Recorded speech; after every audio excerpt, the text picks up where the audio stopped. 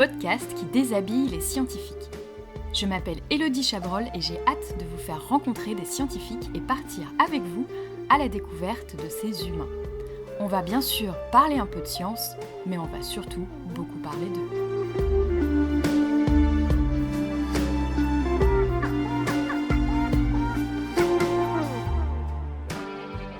Bonjour à toutes et à tous, bienvenue dans ce nouvel épisode de Sous la blouse.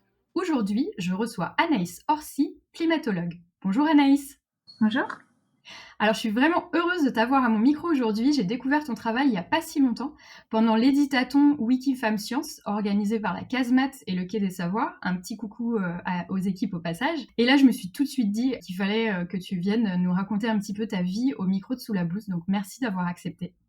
Si tu veux bien, on va commencer avec la blouse virtuelle sur le dos pour que tu nous racontes un petit peu tes recherches. Moi, je fais des recherches sur le climat polaire. Donc, mes recherches, elles visent à aller dans des régions où on a vraiment très, très peu d'informations parce que les régions polaires, personne n'y habite ou très peu. Et du coup, il y a peu de stations historiques, peu de données historiques. Et on a commencé un petit peu à aller leur rendre visite, que ce soit en Antarctique ou au Groenland, disons, depuis une cinquantaine d'années, à installer quelques stations météo. Mais disons qu'en Antarctique, les premières stations, c'était en 1957 et 50 ans, c'est pas tout à fait assez pour connaître le climat. Au Groenland, il y a des habitants au Groenland, donc on a des stations sur la côte météo depuis environ 1850. Mais par contre, sur le continent, au milieu, c'est-à-dire sur la glace, Ouais. en fait, les premiers enregistrements qu'on a, c'est 1995. Ah, c'est hyper récent. Ouais, c'est hyper récent. Et du coup, ça, c'est un vrai problème parce que si ton premier enregistrement est 1995, comment tu fais pour savoir c'était comment avant le réchauffement anthropique? Parce qu'il avait déjà largement bien commencé. Et donc, on peut utiliser des satellites. On utilise un petit peu des satellites, mais eux, ils commencent en 1979 à peu près. Donc, c'est pareil. Le réchauffement climatique avait déjà commencé. Et du coup, en fait, dans les régions polaires, même pour comprendre le climat d'aujourd'hui, on utilise des méthodes qu'on appelle le paléoclimat. On utilise ce qu'on appelle des proxys, c'est-à-dire des indicateurs qui sont dans la neige et la glace et qui vont nous donner des informations sur le climat du passé. Et donc, mon travail à moi, c'est de trouver quels sont ces indicateurs. Il y en a qui existent depuis longtemps, comme par exemple les isotopes de l'eau, c'est-à-dire on regarde la composition isotopique de la molécule d'eau. Alors, il y a l'oxygène, donc lui, il a 16, son nombre de masse est 16. Et puis, parfois, il a une masse qui est 18, il est un peu plus lourd parce qu'il y a quelques neutrons de plus. Et du coup, les propriétés de cette molécule, elle a les mêmes propriétés chimiques parce qu'elle a le même nombre de protons et d'électrons, mais elle a des propriétés qu'on appelle thermodynamiques un peu différentes. Donc, elle va, quand il fait chaud et froid, la molécule lourde, elle va avoir tendance à vouloir rester dans la phase condensée plutôt que dans la vapeur. Donc, à chaque fois qu'on va changer de phase, on va les séparer. Et ça fait que ça enregistre indirectement la température. Il y a des gens qui ont, dans les années 50, du coup 60 même, qui ont calibré la composition isotopique de la molécule d'eau dans la pluie par rapport à la température qu'il fait. Et comme ça, quand on mesure la composition de la glace, on peut savoir la température qu'il faisait dans le passé. C'est une méthode et j'utilise d'autres méthodes qui vont de mettre un thermomètre dans un trou qu'on a laissé après qu'on ait foré une carotte de glace, tout simplement, entre guillemets simplement, pour retrouver la température moyenne des 1000 dernières années, à regarder les isotopes des gaz rares comme le krypton qui vont pas exactement avoir la même signature que de gaz moins lourds. Et ça aussi, ça me donne des indications de température. Donc, je développe en même temps des nouveaux indicateurs, en même temps j'utilise les anciens indicateurs. Et quand on les met tous ensemble, on arrive à avoir une compréhension ou une reconstruction de l'histoire du climat. Et la grande question, c'est est-ce que le réchauffement climatique qu'on voit aujourd'hui, il est normal, pas normal, très différent, pas très différent de l'histoire de la température sur 1000, 2000 ou 10 000 ans. 10 000 ans, c'est la longueur de notre interglaciaire, donc la période chaude avant il y a une époque, la Terre, elle était glacée, c'était l'âge de glace, c'était il y a 20 000 ans ou plus longtemps, entre 100 000 ans et 20 000 ans. Et puis de 20 000 à 10 000, on a réchauffé. Ouais. Et puis de 10 000 à aujourd'hui, en gros, on est dans cette période chaude. Et donc l'idée, c'est de savoir est-ce que ce qu'on voit aujourd'hui, c'est un petit peu différent ou très différent. Si c'est un petit peu différent, on se dit on va pouvoir peut-être s'adapter, ou les écosystèmes tels qu'ils existent aujourd'hui, les espèces existent, elles ont vu ce climat, donc il va y avoir des bouleversements, mais c'est peut-être possible de s'adapter. Ouais. Et si c'est complètement hors de cette variabilité, à ce moment-là, on s'engage dans un parcours qui peut être plein de surprises. Et donc, c'est un petit peu ça le sujet de mes recherches. D'accord, et donc du coup, tu parles de carottes glaciaires, donc toi, tu vas forer ces carottes? Oui, du coup, moi, je vais forer ces carottes, je vais, prélever des échantillons, en Antarctique ou au Groenland Et après, tu les ou ramènes au partout. labo? Et après, je les ramène au labo et après, dans mon labo, je fais fondre mes petits glaçons et je les mesure et je les analyse, ouais. Et donc du coup, généralement, je demande: «Est-ce que tu portes une blouse au labo?» Mais là, je suppose que quand tu fores tes carottes, du coup, c'est plutôt une énorme doudoune que tu dois porter. Ouais, c'est un peu ça, ouais. Ouais, ouais, on s'habille bien chaudement. Merci d'avoir partagé tes recherches. On va parler un petit peu des missions sur le terrain un petit peu après. Moi, ce que j'aimerais savoir d'abord, c'est comment est-ce que c'est venu pour toi, de travailler, déjà de faire de la recherche et puis la recherche sur ce sujet-là? Faire de la recherche, ça, c'est sûr que c'est quelque chose qui est apparu très, très tard parce que, Ouais. enfin, je pense il y a peut-être des enfants qui se disent à 10 ans, ils trouvent ça génial d'être chercheur. Moi, j'ai dit à ma nièce que j'étais chercheuse et elle a trouvé ça absolument génial. En enfant de 4 ans, être chercheur, ça veut dire jouer à cache-cache toute la journée Ah oui. et parce que, bah, on est là, on se cache et on cherche et donc c'est ça que ça veut dire et c'est vrai que peut-être, ça peut être, un rêve d'enfant, comme ça, mais pour moi, c'était pas nécessairement le cas. Par contre, j'ai toujours aimé la science. Ça m'a Ouais. toujours beaucoup plu.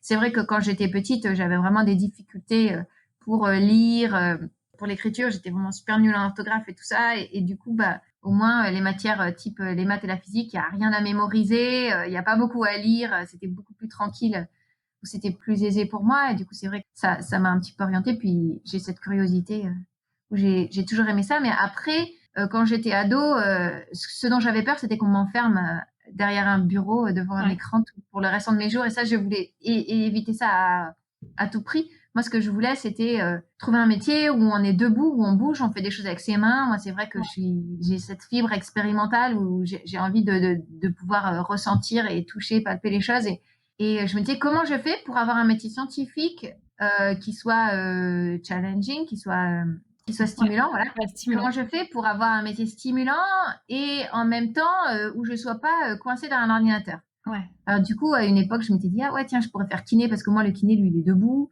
et puis, il s'occupe des gens avec ses mains, donc Ouais.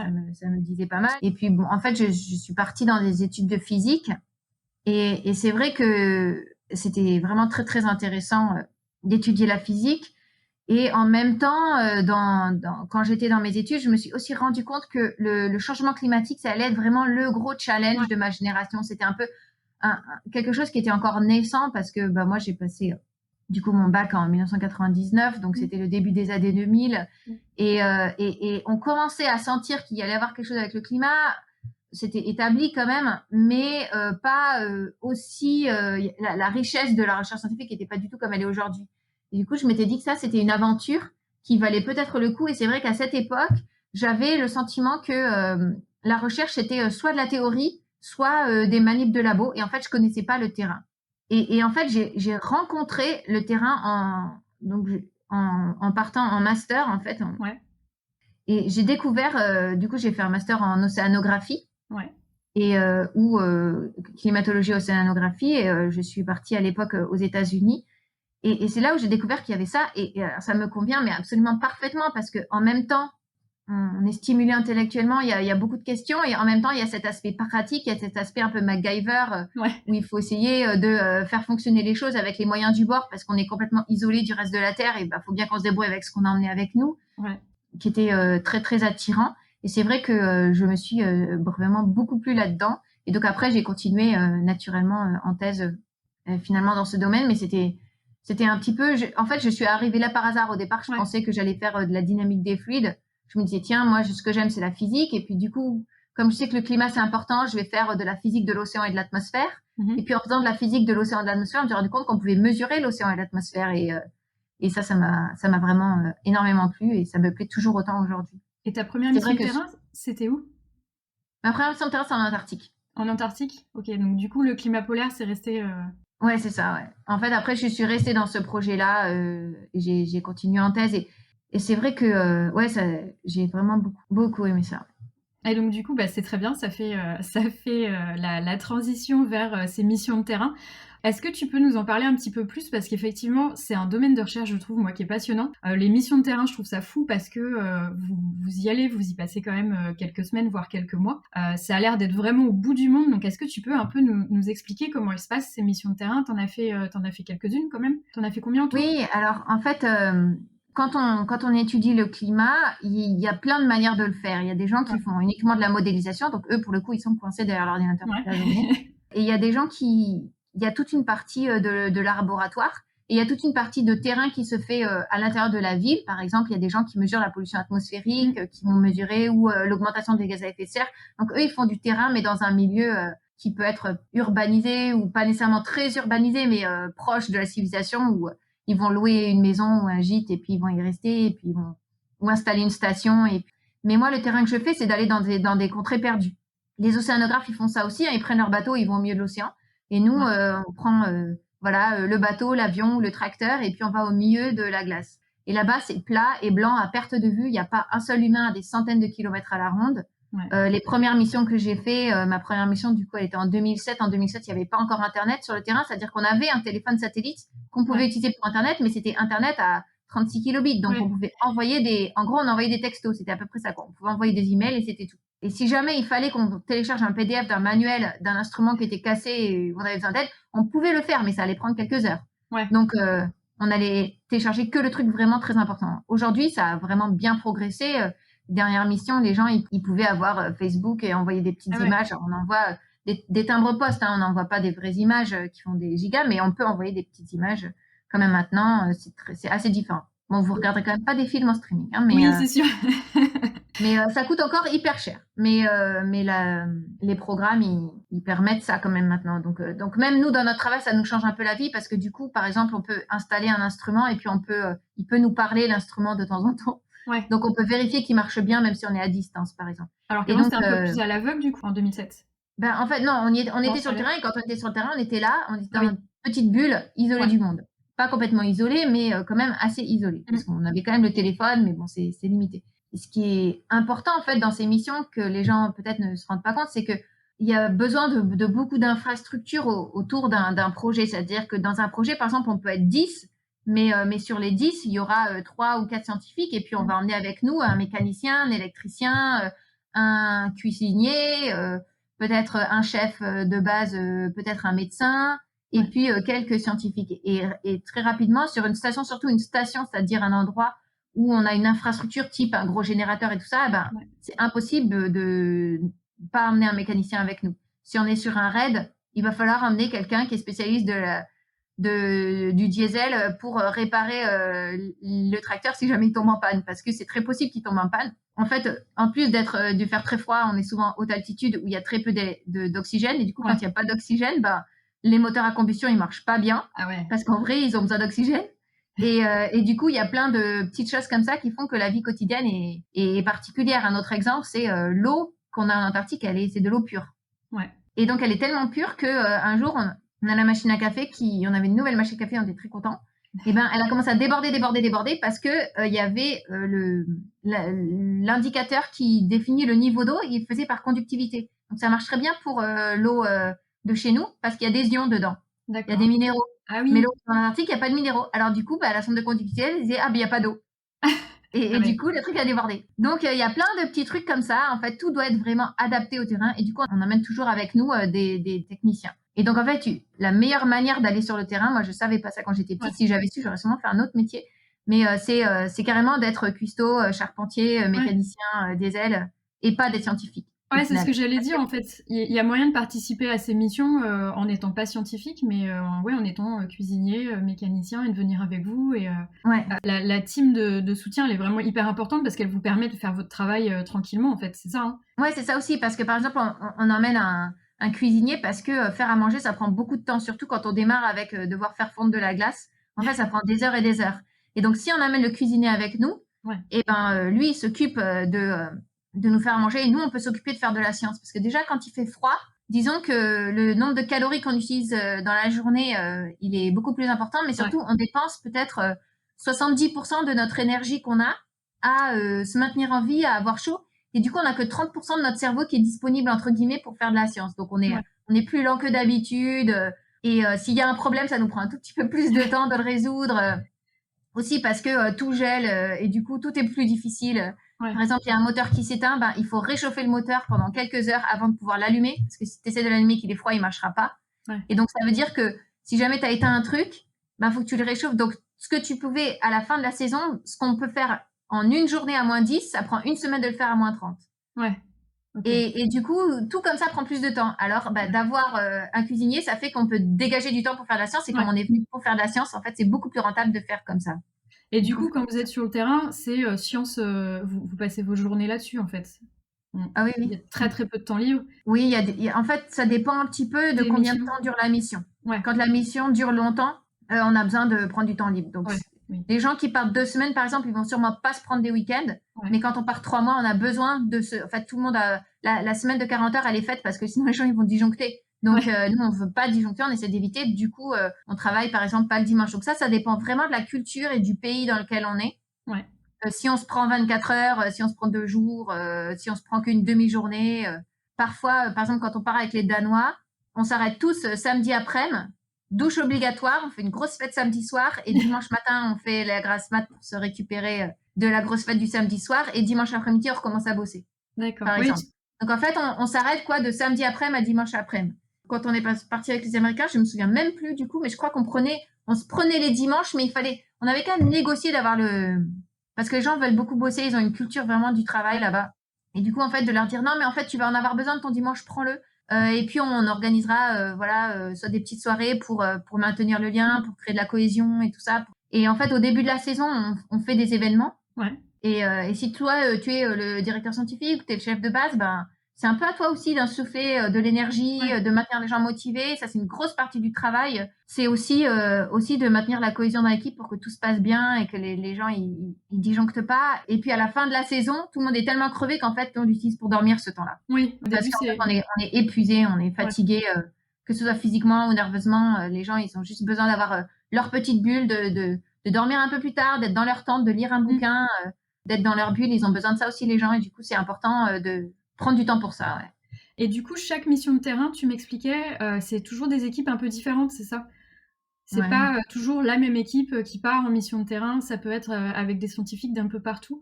Donc du coup, c'est pour ça que tu disais parfois c'est les Danois, parfois les Américains. Vous partez pas toujours avec les mêmes. Est-ce que parfois vous embarquez des gens un peu différents qui sont pas des scientifiques? On embarque toujours des gens différents parce que déjà tout le personnel de soutien, alors il y en a, c'est toujours les mêmes. Il y a des gens qui ont par exemple une affiliation, une affinité avec certaines organisations et puis du coup de saison en saison on se retrouve, donc ça on est content. Entre scientifiques, en fait, nous dans le groupe des gens qui font des carottes de glace dans le monde entier, il y a moins de 100 personnes, donc en fait on se retrouve quand même un petit peu. Après on a toujours des étudiants qui sont nouveaux et tout ça. Et puis c'est vrai qu'une fois parfois on emmène des journalistes, parfois on emmène des vidéographes et parfois on emmène des artistes. Et une fois comme ça en Antarctique, je suis allée avec une artiste visuelle qui fait de la peinture, de la gravure et tout ça. Et elle est venue passer quelques semaines avec nous et c'était hyper intéressant en fait parce que son regard, il est aussi très riche et il nous apprend à regarder le monde. Les artistes regardent le monde de la même manière que nous, les scientifiques, on regarde le monde et c'est vrai que c'est enrichissant. Oui, tu me disais, tu avais fait un peu une comparaison entre la façon qu'on avait d'observer le monde en tant que scientifique et les artistes et qu'au final, c'était pas si différent que ça. C'était beaucoup d'observation. C'est ça, ouais. Moi, je trouve que, en fait, j'ai vraiment appris de travailler avec Anna Maki, cette artiste. En fait, elle fait comme nous. Elle commence par regarder cette immensité blanche et d'essayer de la transcrire en quelque chose de sensible, en quelque chose qu'on puisse appréhender. Et c'est vrai que c'était très délicat pour elle parce que forcément, si elle veut essayer de faire de la peinture à -20, ça marche pas parce que c'est gelé. Et puis du coup, quand elle rentrait, elle essayait avec de la couleur et puis c'était jamais assez blanc. Elle fait « Oh mais non, mais j'ai mis trop de couleur parce que c'est blanc, c'est tellement blanc de blanc. » Et elle essayait, mais et du coup, c'était intéressant en fait de se dire comment est-ce qu'on rend compte en fait de ce qu'on observe, comment est-ce qu'on sélectionne les choses qui font sens, comment est-ce qu'on définit qu'est-ce qui fait sens et qu'est-ce qui fait pas sens. En fait, ça, c'est des questions qu'on a en commun. Parce que nous, on va traduire, voilà, moi je vais traduire cette neige en isotope de l'eau peut-être ou en taille des grains de neige qui font qu'il y en a qui vont être plus blancs que d'autres ou plus ronds ou plus quelque chose. Et puis elle va le transcrire à sa manière. Au départ, on observe et on essaie de transcrire, et ça, c'est en commun. Tu me racontais aussi, par exemple, dans l'équipe de support, tu m'as dit que vous aviez un gardien pour les ours, c'est ça? Ouais, donc ça, c'est quand on part dans l'Arctique, près de la mer, en fait. Si on est les ours, donc les ours polaires, c'est des mammifères marins, en fait. Ils se nourrissent dans la mer. Ils mangent des phoques, hein, et des poissons et tout ça. Et du coup, si on est au bord de la mer, on a besoin, on est dans le territoire des ours. Donc, on a besoin de se protéger, c'est-à-dire de se protéger des ours, d'avoir une manière de répondre à l'ours qui a envie de nous attaquer. Et en fait, pour ça, il y a quelqu'un qui doit être avec un fusil à regarder l'horizon et vérifier qu'il n'y a pas d'ours à l'horizon. Et si jamais il y a un ours à l'horizon, nous, au mois de juin, une fois j'étais au mois de juin dans l'Arctique, ça nous est arrivé quotidiennement. Et ben dans ce cas-là, on tirait avec des pétards dessus, avec c'était des fusées de feux d'artifice. Donc il y en a qui font du bruit, il y en a qui font un flash de lumière. Et en fait, ça suffit à les effrayer, à leur dire mais venez pas trop près, c'est pas bien à côté de là où on est, allez-vous-en, allez-vous-en. Du coup, ils s'en vont. Donc quand on voit un ours à l'horizon, voilà, on lance un pétard ou une fusée, et puis du coup comme ça, ça les éloigne, et comme ça on n'est pas dans une confrontation, parce que la confrontation, ça risque de mal finir, soit pour l'ours, soit pour nous, et c'est pas ce qu'on veut. Et du coup ça marche très bien, ça. Non, c'est juste parce qu'effectivement on s'attend, tu vois, cuisinier, mécanicien, tout ça, mais c'est vrai que gardien d'ours, c'est le truc où je me suis dit ah oui, c'est vrai qu'on pense pas à ça forcément. Équipe de soutien sur une mission. Tu m'as dit que pas mal de tes missions étaient pendant Noël. Ouais, en Antarctique, du coup, c'est sous la période de Noël. On part novembre, décembre, janvier, en général, la saison. Et du coup, vous faites quelque chose de spécial pour Noël? Ah bah ouais, on fait la fête. Vous faites la fête? Tu m'avais dit que pour Noël, généralement, vous receviez un fruit, c'est ça? Oui, alors ça, c'est donc ça, c'était quand je faisais l'émission avec les Américains. Donc on partait pendant, disons, 2 ou 3 mois. Donc on a des fruits et légumes frais les 2 premières semaines, et puis après, il n'y a plus rien. Donc, mais parfois, il y a un avion qui vient nous ravitailler, et si jamais il vient à la période de Noël, on amène assez pour qu'il y ait un fruit par personne. Parce qu'en fait, ça manque tellement de pouvoir croquer dans un fruit juteux. Ça, c'est vraiment quelque chose qui manque beaucoup quand on mange que du surgelé. On mange du surgelé. Et on a envie de manger un peu de frais. Ça nous manque beaucoup, ça. Et tu m'avais parlé des pamplemousses, notamment. C'était le pamplemousse, c'était les bons plans, c'est ça? Ouais, c'est ça, parce que du coup, alors souvent c'est une orange ou quelque chose comme ça, des agrumes, des choses qui se transportent bien, donc une orange ou une pomme. Et puis une année, on a eu des pamplemousses. Alors ça, c'était trop bien, parce qu'il y a plein de gens qui aiment pas le pamplemousse. Alors du coup, comme il y en avait, on était 60 à l'époque sur cette base, donc il y a une caisse de 60 qui est venue, mais comme il y a plein de gens qui n'aimaient pas, on a pu en avoir un deuxième, ceux qui aimaient, donc ça, c'était cool. Mais après, on mange super bien. Hein. On mange super bien. C'est vrai qu'on met beaucoup de budget, parce qu'en fait, en portion relative, c'est pas si cher de manger. Donc en fait, on met quand même un budget tout à fait honorable dans la nourriture. On a de la nourriture de bonne qualité.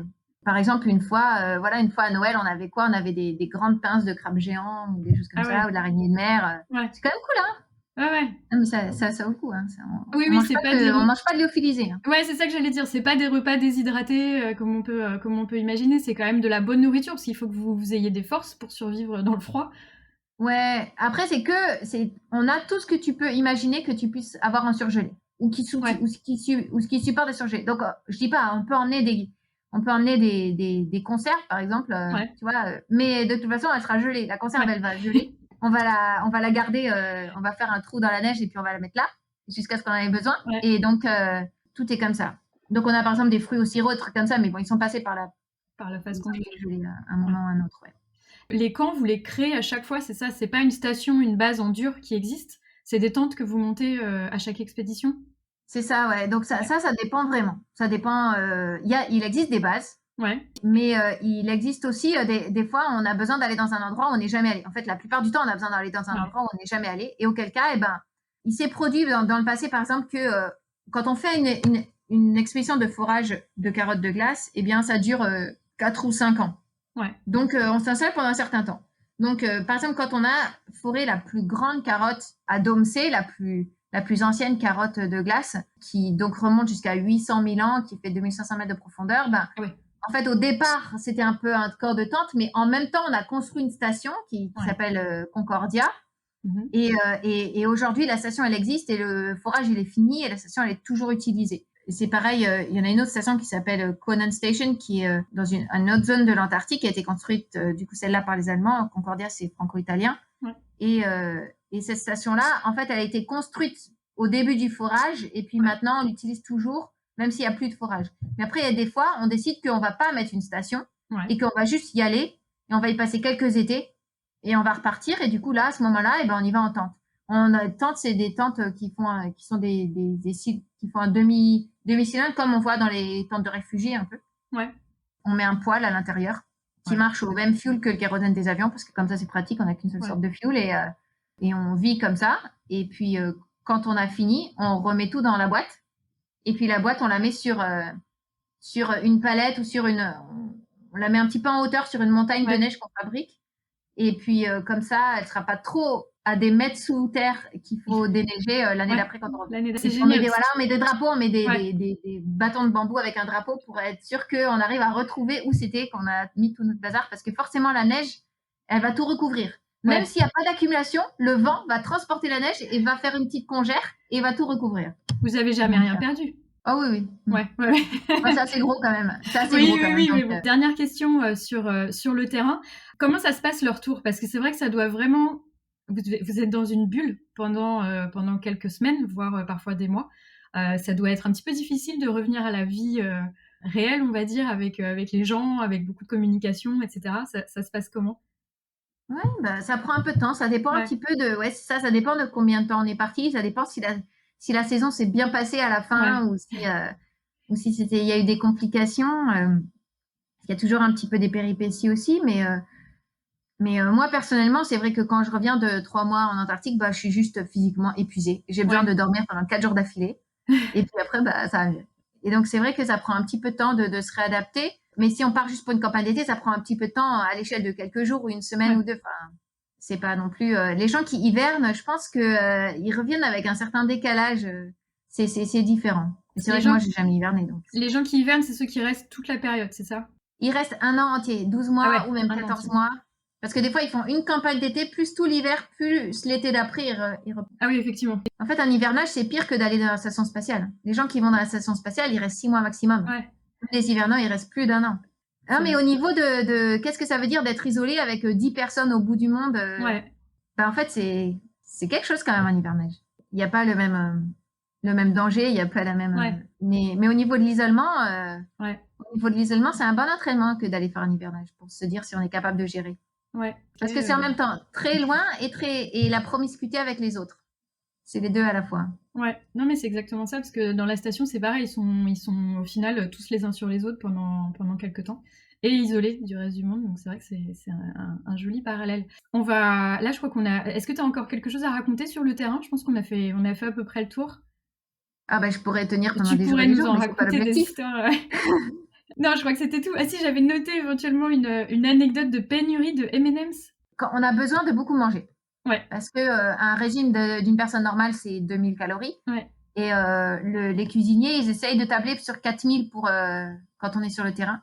Mais en fait, ça dépend un petit peu chacun de son métabolisme. Alors, il y a des gens qui grossissent, mais on a souvent besoin quand même de beaucoup plus manger. Et suivant notre métabolisme, on n'arrive ou pas à plus manger. Ouais. Donc, une manière de plus manger, c'est de manger plein de choses tout le temps et de grignoter pas mal. Et donc, ce qui est génial, c'est qu'on peut manger des gâteaux et des bonbons. Au contraire, c'est encouragé. Et donc ça, c'est un autre truc qui est fun, c'est que quand on va dans la station d'un pays étranger, on découvre c'était quoi les bonbons de l'enfance de tous nos collègues dans un autre pays. On découvre des bonbons qu'on connaissait pas. Et les M&M's, bon ça, je pense que tout le monde connaît. Mais du coup, chacun a son préféré. Ouais. Et donc il y a une saison où, par exemple, personne va manger les After Eight. Et puis il y a une autre saison où il y a une personne qui est accro au After Eight. Et au bout de 3 semaines, il y en a plus. Et donc c'est vrai qu'une année comme ça. Le chef de la base, lui, son truc préféré, c'était les M&M's. Donc, quand on est tombé en pénurie de M&M's, le moral du chef de base est largement entamé. Ouais. Ça, c'est un problème énorme. Et tout ça parce que l'année d'avant, il y avait peut-être eu besoin moins de M&M's. Et du coup, le cuisinier qui est en charge de faire la commande et d'acheter, il peut acheter vraiment tout ce qu'il veut. Mais lui, il peut pas deviner quel va être le bonbon préféré de chacun. Donc, il fait un peu au pif. Et donc, s'il y a une pénurie, donc, il vaut mieux... on s'en remet. Mais Ouais, Mais ça doit c'est être vrai que c'est compliqué. rigolo parce que d'une année à une autre, c'est pas les mêmes trucs qui vont être fortement demandés. Ouais. Et ils vous demandent pas avant de faire les commandes? Non, Non, c'est ouais. trop compliqué si on commence à. Donc c'est là où il faut partir avec des gens qui aiment pas forcément les mêmes. Ou alors non. En fait, le mieux c'est soi-même d'emmener dans sa caisse les trucs dont Ouais. on sait qu'on a besoin. Vous pouvez emmener Par des exemple, choses. moi, si je pars avec des Américains, je vais m'amener du chocolat Ouais. parce qu'on peut pas leur faire confiance qu'ils auront du bon chocolat à 70% sur la base. Oui, ça c'est sûr. Et du coup, c'est un peu un problème. S'il y a pas de chocolat, on fait comment là? Comment on fait Ça va pour pas. travailler? La Donc, science ne peut comment pas on fait pour avancer. vivre 3 mois sans un bon carré de chocolat? Donc, et en plus, ça, c'est plutôt bien parce que du coup, j'ai toujours un peu, j'emmène quelques tablettes de chocolat et j'emmène la tablette de chocolat pour un jour où je vais être vraiment au fond du trou, quoi. Ça Ouais. va pas aller. Et du coup, chaque fois, on regarde la tablette, on fait non, mais faut que je la garde parce que aujourd'hui, c'est pas une bonne journée, mais il y a tout qu'à planter et tout, mais ça pourrait être pire. Donc, je me la garde pour la prochaine fois. Et en fait, c'est une sorte de mesure de l'espoir, quoi. On se dit, Ouais. non, mais ça pourrait être pire. En fait, ça va pas si mal que ça. J'en ai pas besoin encore de cette tablette. Et du coup, si elle tient jusqu'à la fin de la saison, c'est plutôt bon signe. Bah, merci en tout cas d'avoir partagé toutes ces anecdotes. On va revenir un peu plus terre à terre, ou en tout cas moins sur le terrain, dans la glace, pour parler de la bourse L'Oréal et du prix de la même fondation que tu as eu. Donc là, on va passer anecdote du terrain à femme en sciences. Est-ce que toi, tu as senti dans ton travail une différence en tant que femme? Et est-ce que cette bourse et ce prix t'ont aidé dans ta carrière? Oui, moi, j'ai reçu le prix de la Fondation L'Oréal UNESCO pour les femmes et la science. Et c'est vrai que c'était chouette de recevoir ce prix. C'était chouette aussi parce que j'ai rencontré plein d'autres femmes qui ont aussi reçu ce prix et qui sont dans des domaines très différents. Et Ouais. en fait, c'était vraiment très intéressant et aussi dans des pays très différents. Et parce qu'ils ont un peu un prix par région du monde et du coup, on se retrouve avec des gens qui ont pas du tout les mêmes challenges. Les jeunes femmes qui sont en Amérique du Sud ou dans les pays arabes, par exemple, elles ont un soutien étatique énorme par rapport à ce qu'on a nous. Ouais. On n'a pas l'impression, nous, alors c'est peut-être une fausse impression, mais on n'a pas l'impression que l'État nous soutient plus que ce qu'on est capable de fournir. Mais là-bas, en fait, on leur dit tout d'un coup, il faut que vous êtes l'avenir, il faut que vous fassiez avancer les choses, vous avez des ressources infinies. Et du coup, c'est aussi un petit peu vertigineux Ouais. parce que ils sont isolés, ils n'ont pas de collègues, mais ils ont beaucoup de ressources. D'accord. Et nous, c'est l'inverse, on a plein de collègues, on a plein de gens avec qui échanger, Ouais. avec qui discuter, c'est très collectif ce qu'on fait. Mais du coup, on a l'impression qu'on a des ressources qui sont limitées dans notre travail de chercheur en Europe ou en Amérique du Nord. Et donc, c'est vrai que les problématiques qu'ils ont ou qu'elles ont, elles sont très, très différentes. Et c'est aussi, je me suis aussi rendu compte que d'une discipline à l'autre, la difficulté d'être une femme est entièrement différente. Et c'est intéressant dans le sens où, par exemple, on prend des gens qui sont en maths, en physique ou nous en climat, et on n'a pas du tout la même expérience, même si des gens travaillent peut-être dans le même établissement. Mais il y en a un, il est au département de maths, une, elle est au département de maths, et l'autre, elle est au département de physique. Et celle au département de physique, elle se sent super soutenue. Les gens, ils sont là, ouais, trop bien, enfin, on a une fille qui veut bien travailler avec nous, c'est cool. Et puis la fille au département de maths, elle se fait siffler dès qu'elle met du rouge à lèvres. Ah ouais. Les gens, ils sont là, ouais, non, mais de toute façon, les femmes, c'est pas aussi intelligent qu'un homme. Et des réflexions comme ça tous les jours. Et en fait, on se rend compte que c'est pas les maths ou la physique. Enfin, il y a des problèmes qui sont vraiment par domaine, qui sont particuliers. En fait, c'est vraiment une atmosphère dans une équipe qui devient permissive à siffler. Enfin, non, c'est pas OK. Enfin, c'est OK pour personne de siffler quelqu'un quand il met une jupe, quand il se maquille, mais du coup, c'est vrai qu'il y a des filles qui se sont agressées au quotidien et qui changent complètement la manière de s'habiller, par exemple, pour pas se prendre des réflexions. Et puis, il y en a d'autres qui se sentent au contraire très encouragées. Donc, c'est vrai que j'ai compris, en fait, la différence de traitement qu'on pouvait avoir les uns avec les autres. Après, nous, dans les sciences de la Terre, on a quelque chose de particulier parce que c'est vrai que le terrain, d'aller en Antarctique, ben, il y a tout un peu cette, je sais pas, iconographie du héros polaire. Et le héros polaire, il est quand même un tout petit peu macho.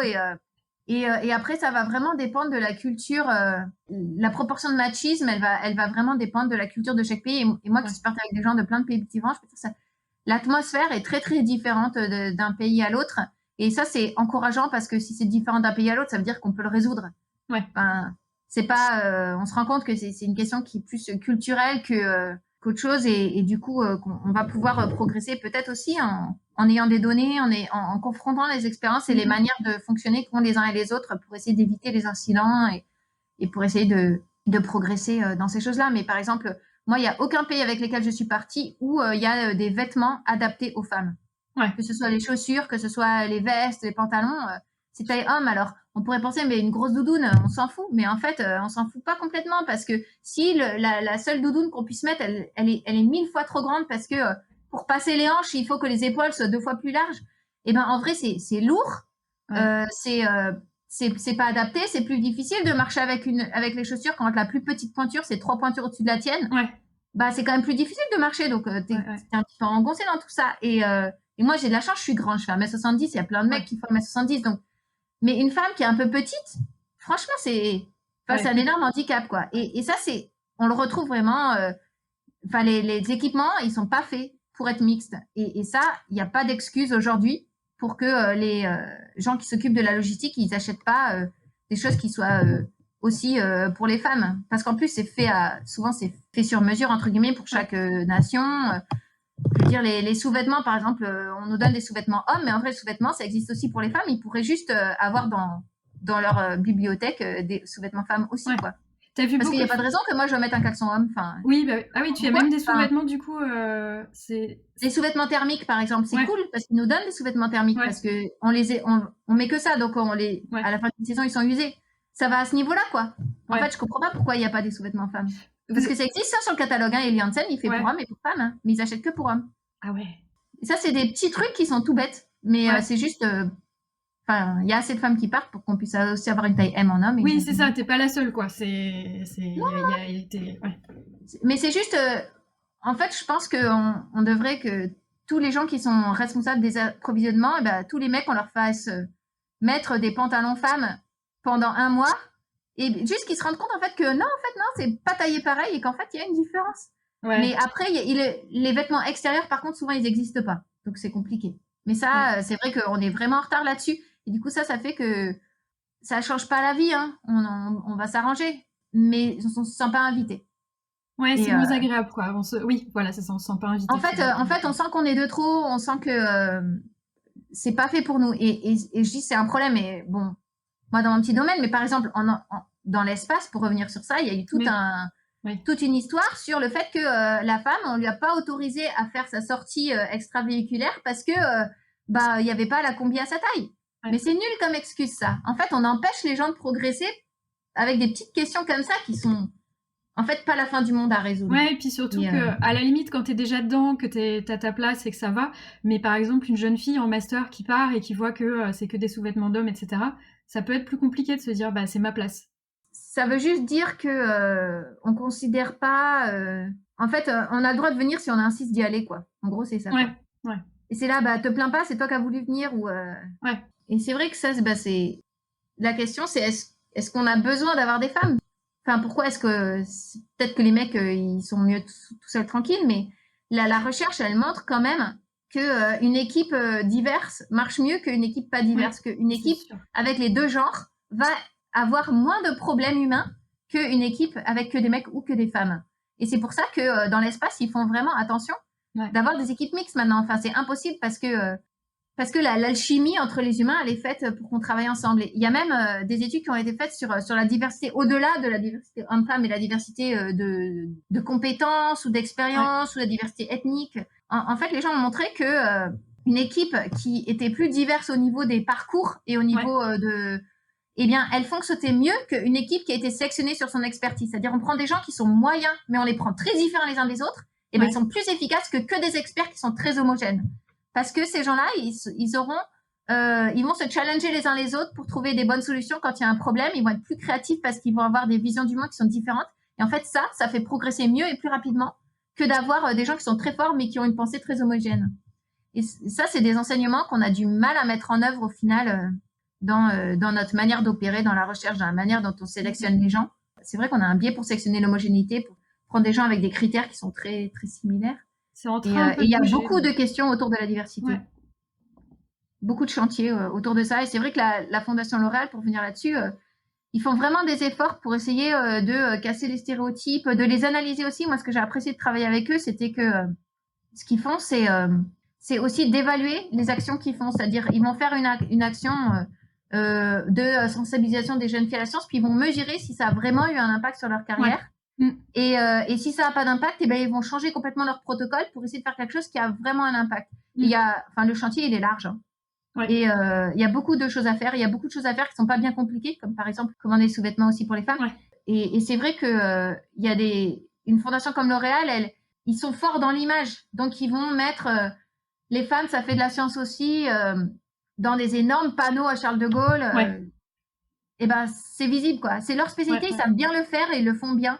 Et je pense que donner des exemples comme ça pour les jeunes filles, c'est quelque chose d'important. Ça peut être divers, ça peut se faire de manière différente, mais c'est vrai qu'il y a une absence de représentation. Et quand on prend des jeunes de 15 ans, moi, c'est vrai que j'avais cette affinité naturelle pour les sciences et dans ma famille, c'était pas, on m'a pas dit non, mais c'est pas un truc pour les femmes. On m'a pas découragée du tout, au contraire. Mais il peut y avoir des gens enfin, il y a beaucoup de jeunes, je pense que il y a peut-être 20% des jeunes qui savent ce qu'ils veulent faire quand ils ont 15 ans, 18. Et 80%, ils savent pas, ils ont aucune idée, ils ont vraiment mais aucune idée. Enfin, ils ont certaines idées un peu de domaine très large en disant je suis nulle en ça, je suis meilleure en ça, donc je vais plutôt aller dans. Mais et en fait, au final, pour choisir si on va faire sciences ou lettres en seconde, bah il y en a plein, ils vont ou alors choisir par défaut, ou alors ils vont faire comme font leurs amis. C'est-à-dire, en fait, le choix, il va être autant social que sur comment je me vois. Et l'autre manière de choisir, c'est de se dire, je connais quelqu'un qui fait ça et il a l'air heureux dans sa vie, et du coup, je vais suivre ça. Et ça, c'est aussi pour ça que c'est très délicat de changer un petit peu qui est-ce qui va s'orienter dans la science, parce que en fait, si on n'a pas de modèle, eh ben, on va pas penser que c'est pour nous. En fait, comment est-ce qu'on fait pour penser que c'est pour nous sans ces modèles et la Fondation L'Oréal UNESCO, elle fait vraiment ça. Elle essaye de donner de la publicité pour que les jeunes puissent s'engager et en même temps, elle soutient aussi les jeunes femmes à un moment un petit peu clé de la carrière, justement entre le doctorat, le postdoctorat, entre ce moment où on est en fait dans le monde scientifique très très précaire en fait entre la fin du doctorat et le moment où on a un poste de chercheur ou de professeur. Il se passe quand même 5-6 ans à un âge très particulier où souvent on est en train de se marier, d'avoir des enfants et où on peut se poser des questions assez sérieuses quand il s'agit de faire un métier qui, il faut bien avouer, est délicat au niveau de la localisation géographique. Quand on vit en couple et qu'on passe quelques années dans un pays, puis dans un autre continent, puis dans un autre continent, bah, faut que le conjoint soit il suive, soit il soit un peu dans le même domaine, soit et ça, c'est des questions personnelles. Enfin, si c'est soit tu vis avec la personne que tu aimes, soit tu peux continuer ta carrière. Comment tu fais pour choisir? C'est pas très facile. Et c'est vrai que recevoir ce prix à un moment, c'est un peu un truc qui est encourageant, où on peut se dire oui, en fait, peut-être que je suis légitime et peut-être que je peux continuer. C'est vrai que pour ça, moi, ça m'a bien aidé d'avoir ce prix. Pour revenir au rôle modèle, c'est ce que j'essaye de faire, alors bien sûr à bien plus petite échelle, mais l'idée de ce podcast aussi, c'est ça justement, c'est de montrer des scientifiques et comment ils en sont arrivés à faire de la recherche, pour justement un peu démystifier, comme on disait au début, tu sais, ce truc de tiens, j'ai envie d'être chercheur tout jeune déjà, j'avais envie, et de montrer que parfois c'est quelque chose qu'on décide bien plus tard et que les gens puissent s'identifier à des histoires de personnes plus que des réussites scientifiques. Moi, je pense que la moitié des chercheurs, c'est peut-être encore plus vrai pour les gens un peu plus âgés que nous, mais la moitié des chercheurs, en fait, ils sont tombés dans la recherche presque par hasard. C'est un état d'esprit et tout ça, et ils sont rentrés dans un projet, peut-être en étant technicien, peut-être en aidant comme ça, parce qu'il se passait quelque chose et ils ont voulu y aller. Et puis tout d'un coup, ils sont tombés dedans et ça leur a beaucoup plu. Et puis c'était une manière de s'exprimer. Parce que c'est créatif, la recherche, c'est un métier créatif. Et donc, ça correspond à certaines personnes qui vont vraiment s'épanouir dedans. Et certaines personnes vont être perdues et vont y aller une fois et vont dire, OK, c'est bon. OK, ça prend beaucoup trop de temps. C'est très fastidieux tout ça. Moi, ça m'a pas. C'est pas possible. Et c'est vrai que les métiers créatifs, c'est des métiers qui sont difficilement enseignables dans un parcours normé. Parce que c'est pas normé, en fait. Non. La gravité, ça se norme pas bien. Et c'est vrai que on a ça en commun avec tous les autres métiers créatifs qui peuvent être plus artistiques, quoi. Et puis c'est vrai qu'il n'y a pas un parcours où il n'y a pas une vie de chercheur enfin c'est tous les chercheurs et chercheuses sont un peu différents, tu vois, ils ont tous une journée type, par exemple toi entre le terrain, moi j'étais dans un labo, tu vois, enfin c'est vraiment pas forcément les mêmes façons de faire. Et c'est vrai que du coup pour donner une idée, tu vois, c'est plus difficile. Il y a certains métiers qui sont plus facilement rangeables dans des cases quand on est plus jeune, et du coup expliquer qu'est-ce que c'est qu'un médecin, bon voilà, on sait, on en côtoie. Les scientifiques, non seulement on n'en côtoie pas, et puis c'est vrai que c'est plus difficile d'arriver à expliquer un peu vu la différence qu'il peut y avoir entre certains domaines parfois. Oui, c'est vrai, mais en fait, le truc avec les scientifiques, c'est qu'on définit nos objectifs. En fait, chaque scientifique va organiser son travail de scientifique de la manière dont son cerveau fonctionne, dont ses mains fonctionnent. Alors, il y a des constantes disciplinaires, mais en fait, en vrai, par exemple, moi, dans mon métier, je choisis complètement, si j'avais aujourd'hui envie de passer le reste de ma vie derrière un ordinateur, je pourrais. À faire plus de l'analyse de données, du big data, ou alors partir dans la modélisation. Je pourrais faire des choses très créatives qui soient écrire des programmes informatiques. Je préfère des choses très appliquées qui soient répondre à telle ville a besoin d'un plan climat, comment est-ce qu'on va trouver les meilleures données, comment est-ce qu'on va instrumenter, si j'ai envie de faire plus des manies, comment est-ce qu'on va instrumenter un réseau d'observation autour d'une ville. Je pourrais faire un truc très appliqué, je pourrais faire un truc très théorique, je pourrais faire un truc qu'avec un papier et un crayon, quoique ça, pas trop. Mais il y a des domaines où on peut encore faire ça. Ou alors, je peux faire comme moi et passer mon temps à construire des instruments, à les déployer sur le terrain, passer des jours et des jours à pelleter de la neige, choses qui sont peut-être pas hyper techniques, ou faire un peu de tout à la fois et avoir ou alors faire plein de com et beaucoup parler, beaucoup enseigner, beaucoup traduire. En fait, il y a tout. On peut faire un peu de tout. On peut faire un très bien et pas du tout les autres. En fait, c'est un métier quand même qu'on peut mêler et faire à son image. Ouais, dans la recherche en académie en tout cas, la recherche publique. Alors on est bientôt à la fin du podcast. Moi ce que j'avais envie que tu me racontes rapidement, quand t'es pas sur le terrain ou que t'es pas au labo, qu'est-ce que tu fais pour te relaxer? Ah voilà, qu'est-ce que je fais? Bon voilà, je vais dehors. Tu vas dehors. Voilà, moi si je peux, je vais dehors. C'est quoi ce que tu préfères faire? Tu m'as dit rando, escalade, un peu de bateau aussi quand tu peux? Oui, c'est ça. La rando, c'est ce qui est le plus accessible. Je pense c'est facile. Hein, on prend un sac à dos, on y met dedans une bouteille d'eau et puis on peut aller faire un petit tour. On n'est pas obligé d'aller très loin, mais en même temps, si on va loin, c'est des paysans.